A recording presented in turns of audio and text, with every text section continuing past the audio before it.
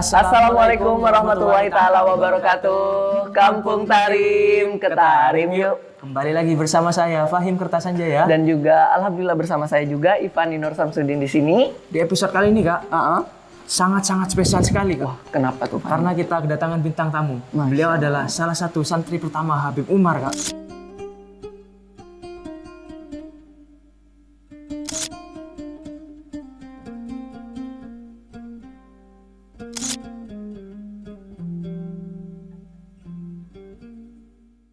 Masya Allah. Kita sapa dulu narasumber kita.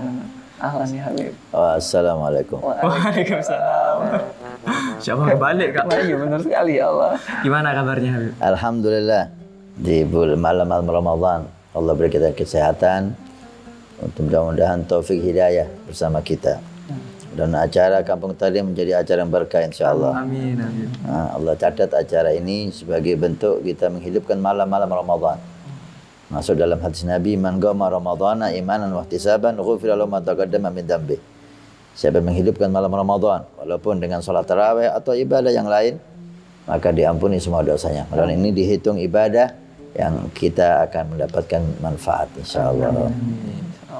Tapi kita sebelumnya sapa dulu nih Kak, teman-teman Kak. Benar. Yang baru bergabung jangan lupa untuk subscribe, like, comment, and share. Benar sekali karena nantinya kita akan memberikan informasi-informasi yang menarik tentunya, khususnya tentang tarim seperti itu. Dan bersama narasumber kita, Al Habib Hasan, kita akan bertanya-tanya Habib tentang bagaimana cerita antum menjadi santri pertama dan kisah antum selama di tarim Habib. Masya Allah. Langsung masuk ke pertanyaan yang pertama. Oke. Silahkan Kak Habib. Jadi gini Habib, tentunya sebelum antum menjadi santrinya Habib Umar, ada kisah di balik itu semua. Nah, mungkin bisa diceritakan kepada kami khususnya dan juga teman perindu tarim pada umumnya seperti itu Habib. Bismillahirrahmanirrahim. Pertama kita ucapkan terima kasih kepada Kampung Tarim yang diasuh oleh Adai ilallah Al-Habib Abdul Qadir bin Zaid Ba'bud. Dengan acara ini banyak saudara kita yang ingin tahu tentang tarim, merindukan tarim tapi belum diizinkan oleh Allah berangkat ke sana, atau diizinkan oleh Allah berangkat ke sana tahun-tahun ini, gimana tarim dulu dia tidak memahaminya. Maka acara ini sangat membantu, ya, membantu mengenalkan kita tentang tarim. Karena yang ada di tulisan-tulisan kalimat ya tarim wa ahlaha, ya tarim wa ahlaha. Dengan Kampung Tarim ini banyak mengenalkan tentang tarim dan banyak mengenalkan tentang ahlut tarim. Maka saya ucapkan terima kasih kepada Habib Qadir dan antum semua dan tim yang ada. Mudah-mudahan ini masuk kepada pahala yang antum dapatkan nanti, keberkahannya dunia sampai akhirat. Dan kita himbau kepada semua, ayo ikuti episode demi episode Kampung Tarim, karena ini mengisahkan tarim dengan cara yang unik. Mungkin di sana, di luar sana banyak yang cerita tarim, tapi cara seperti Kampung Tarim ini mungkin baru yang pertama yang saya tahu. Ada orang Baduinya. Ada Baduinya. Mudah-mudahan barakah insyaallah. Kalau ditanya tentang gimana kita Al-Faqir perjalanan ke tarim, memang itu merupakan nikmat yang besar dari Allah Subhanahu wa taala yang tidak bisa kita syukuri walaupun kita sujud di atas bara api. Allah izinkan kita ke tarim, Allah izinkan kita duduk dengan orang-orang mulia di tarim, khususnya Sayyidi Habib Umar. Ini nikmat yang luar biasa, tidak pernah terlintas di pikiran saya sebelumnya. Nah, mudah-mudahan kita menjadi orang yang bisa mensyukuri nikmat. Berangkatnya santri ke tarim, terutama santri pertama, tidak lepas dari usaha-usaha ulama kita. Man lam yashkurin nas la yushkurillah. Orang enggak terima kasih sama manusia yang menjadi perantara kebaikan, maka dia tidak dianggap terima kasih dan bersyukur sama Allah. Habibana Anis bin Alwi bin Ali Habsyi seorang tokoh kita, alaihi rahmatullah, mudah-mudahan Allah mengangkat derajatnya. Beliau di tahun 1994 beliau melihat mulai perubahan di negeri yang kita cintai ini, negeri Ahlus Sunnah wal Jamaah. Indonesia ini negeri Ahlus Sunnah wal Jamaah. Disebabkan perubahan itu karena meninggalnya ulama-ulama kita, khususnya dari para habaib. Meninggal Habib Saleh Tanggul Al-Hamid, meninggal Habib Husin bin Hadi Al-Hamid Berani, meninggal Habib Ali Kuitang, meninggal ulama fulan, hampir di setiap kota sudah kehabisan aulia di zaman itu, yang figur-figur terkemuka ya. Walaupun tidak lepas setiap zaman pasti ada aulia. Tapi figur-figur yang menjadi tuntunan ini hampir habis. Mulai ada perubahan, maka Habib Anis berangkat dengan rombongan ke Hadramaut, bertemu dengan guru besar dari guru-guru besar, Habib Abdul Qadir bin Ahmad As-Saggaf. Abdul Qadir bin Ahmad adalah guru besar dari guru-guru besar. Hampir semua aulia belajar sama beliau. Hampir semua aulia di zaman itu santri beliau. Di situ Habib Anis mengeluh keadaan Indonesia dan meminta untuk Habib Qadir atau siapa yang ditunjuk untuk datang ke Indonesia menghidupkan lagi Thariqah Al-Ba'alawi, menghidupkan lagi sunnah-sunnah Nabi sallallahu alaihi wasallam. Maka Habib Qadir ringkas cerita menyuruh Habib Umar untuk berangkat ke Indonesia. Jadi semua kebaikan yang ada sekarang ini yang berkah dari Habib Anis mendapatkan pahalanya. Ya, bagaimana orang cerdas ya. Semuanya kembali kepada Habib Anis pahalanya karena beliau menjadi penyebab.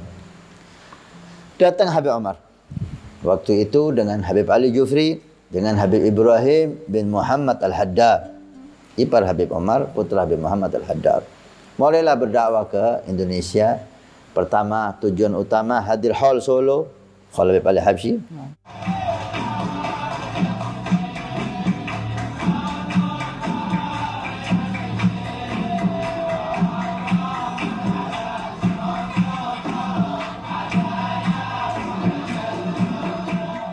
Setelah itu beliau keliling dari kota ke kota di Indonesia ini yang bisa beliau datangi. Untuk mencari santri, Habib. Untuk berdakwah ilallah dan menawarkan siapa yang mau belajar ke Tarif. Atas perintah dari Al-Habib Abdul Qadir bin Ahmad As-Saggaf. Sampai di antara kota yang beliau datangi, kota Keraksan. Kota Keraksan. 1994 kota Keraksan sudah dimasuki Habib Umar. Masya Allah. Inti belum lahir masih ya. Masih belum, Habib. Datang ke Keraksan, waktu itu ada dua tempat yang didatangi Habib Umar yang saya ingat. Pertama ziarah Habib Husin bin Hadi Al-Hamid, dan yang kedua ke rumah Al-Habib Saggaf bin Abu Bakar As-Saggaf. Sempat dibawa oleh Habib Saggaf ke Pondok Az-Zahir yang waktu itu belum jadi Az-Zahir, masih dalam proses pembangunan. Antum waktu itu ada di Keraksan? Saya waktu itu di Pasuruan. Pasuruan. Dan Saya ini orang lahir di Gresik, kemudian pindah ke Pasuruan. Nah, pindahnya untuk belajar tentunya, Habib. nanti episode selanjutnya. Baik. Masya Allah. Makanya nantikan terus pemirsa episode-episode selanjutnya seperti itu. Kemudian setelah selesai semuanya Habib Umar berdakwah, ketika mau pulang beliau mulai mendata siapa yang mau belajar ke Tarim. Kita ringkas ya, karena kalau mendetail maka nggak selesai-selesai sampai 100 episode. Ya. Mulai didata, termasuk di yang beliau datangi pondok-pondok pesantren.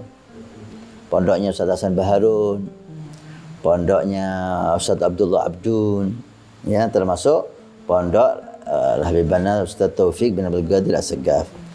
Waktu itu Al-Faqir setelah berhenti dari Darul Lughah wa Da'wah Raci, Al-Faqir sempat di Darul Lughah 2 tahun lebih. Kemudian berhenti, diminta oleh Ustaz Taufik untuk bantu ngajar anak kecil-kecil. Waktu itu Ustaz Taufik belum punya pondok, beliau masih punya madrasah. Al-Faqir diminta untuk membantu ngajar dan belajar sama beliau. Di situ didata di antaranya dari Pasuruan bersama kita Habib Hadi Al-Idrus yang sekarang di Pasuruan. Kemudian Habib Hasan Zain Abidin yang sekarang ada di Samarinda, Ustadz Nur Hadi dan saya. 4 orang ini dari Pasuruan yang didata untuk berangkat ke Tarim.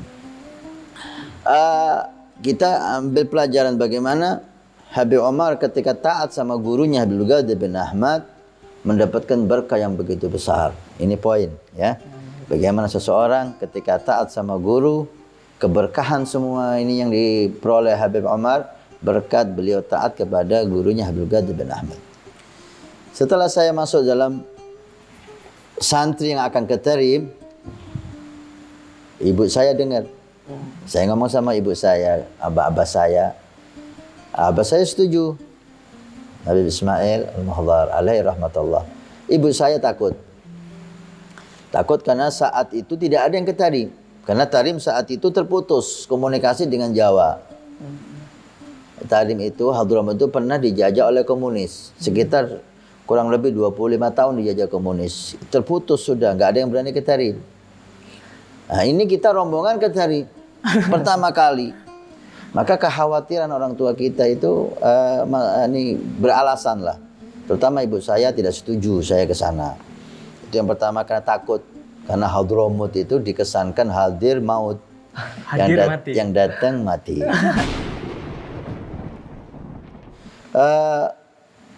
Dan zaman itu orang tua terutama para habaib kebanyakan kalau anaknya itu ke Saudi kerja dia bangga, ke Australia kerja dia bangga, didukung.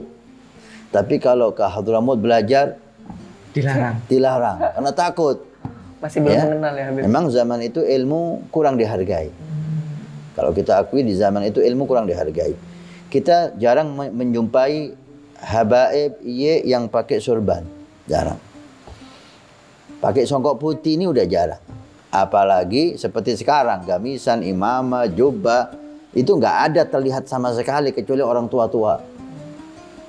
Memang semangat kepada ilmu dan ibadah sangat waktu itu turun drastis setelah meninggalnya para aulia-aulia itu. Setelah meninggalnya figur-figur Figur-figur hebat. Habib Omar yang menumbuhkan kembali dan para habaib yang lain yang datang, Habib Salim Asy-Syatiri, Abu Ya, Maliki dan seterusnya. Alhasil, ibu saya nggak setuju. Dan saya percuma ke Tarim, tidak dapat ridho orang tua. Tapi saya yakin saya harus ke Tarim. Saya mungkin ini niat ya, perlunya kita pasang niat yang baik. Ketika kita pasang niat yang baik, Allah akan permudah yang sulit. Ini pelajaran bagi pemirsa atau yang menyaksikan ke Kampung Tarim, pasang niat yang kuat. Saya bilang sama ibu saya, kalau ibu umi saya nggak setuju, saya tidak akan berangkat, jangan khawatir. Tapi jangan ngurus, ya. Sementing umi nggak setuju, saya nggak berangkat. Di samping itu, saya datang ke aulia shalihin, para aulia yang ada di Pasuruan dan sekitarnya, ziarah kubur mereka, tawasul dengan mereka. Karena ada pepatah para shalihin, idza dagat alaikal umur, fa alaika biziarah kubur. Kalau ada perkara yang Anda itu sudah mentok, tidak ada jalan keluar, kuncinya ziarah kubur. Pasti nanti ada jalan. Subhanallah. Ini saya buktikan sendiri. Setelah saya ziarah tawasul sama mereka, umi saya memanggil saya dan beliau mengatakan, "Ya wis, saya setujui kau berangkat." Alhamdulillah. Itu kayak saya disiram air es. Waduh. Mau ke Tarim, dapat persetujuan dari orang tua yang tadinya nggak setuju. Tapi nggak boleh lebih dari 2 tahun. Siap, langsung saya ngomong gitu. Padahal saya tahu minimal 4 tahun. Minimal 4 tahun. Perjanjiannya gitu. Dan tidak ada syarat apa-apa dari Habib Omar. Yang penting ada kemauan. Itu tuh syaratnya. Dan 4 tahun. Paling lama 2 tahun kata umi saya. Siap. Kalau enggak, asal dari enggak setuju, menjadi setuju. Karena kita ziarah aulia yang ada di Indonesia, apalagi hanya tambahan waktu. Dan di sana aulia lebih banyak. Insya Allah akan berubah lagi umi saya. Setelah 2 tahun, saya yakin berkat aulia akan memperbolehkan sampai selesai. Walhamdulillah, persiapan demi persiapan karena kita dari keluarga yang kurang mampu waktu itu ya. Maka ada sumbangan dari sana dari sini. Maka jazakallah Habib Anna Taufik luar biasa. Dia mencari dana sampai utang sana utang sini. Jadi anak-anak yang berangkat itu. Dan ada paman saya Sayyid Habib Ali Mugebel itu juga bantu dana. Kita dari keluarga yang pas-pasan. Orang tua saya nggak mampu untuk membiayai semahal itu.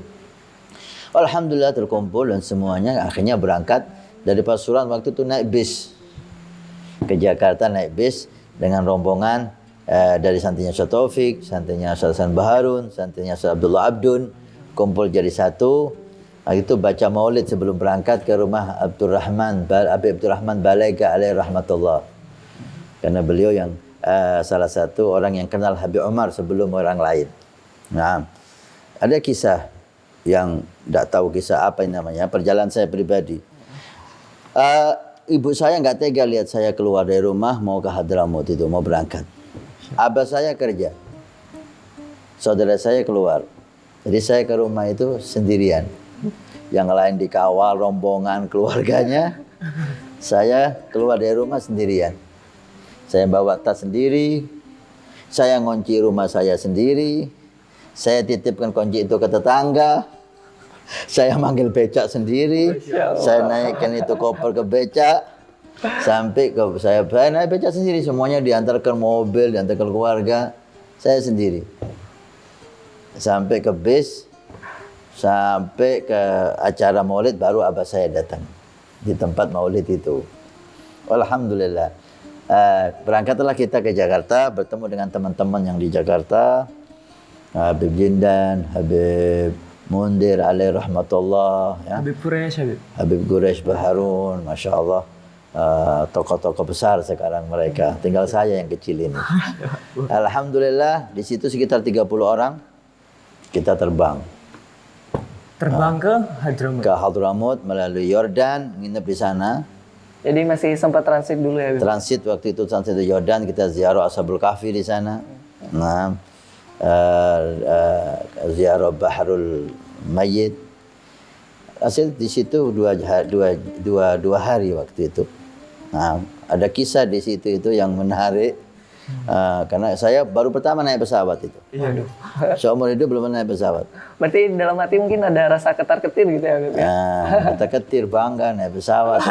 Rasanya naik pesawat baru sekarang waktu itu ke Hadramaut. Kita nggak ngerti.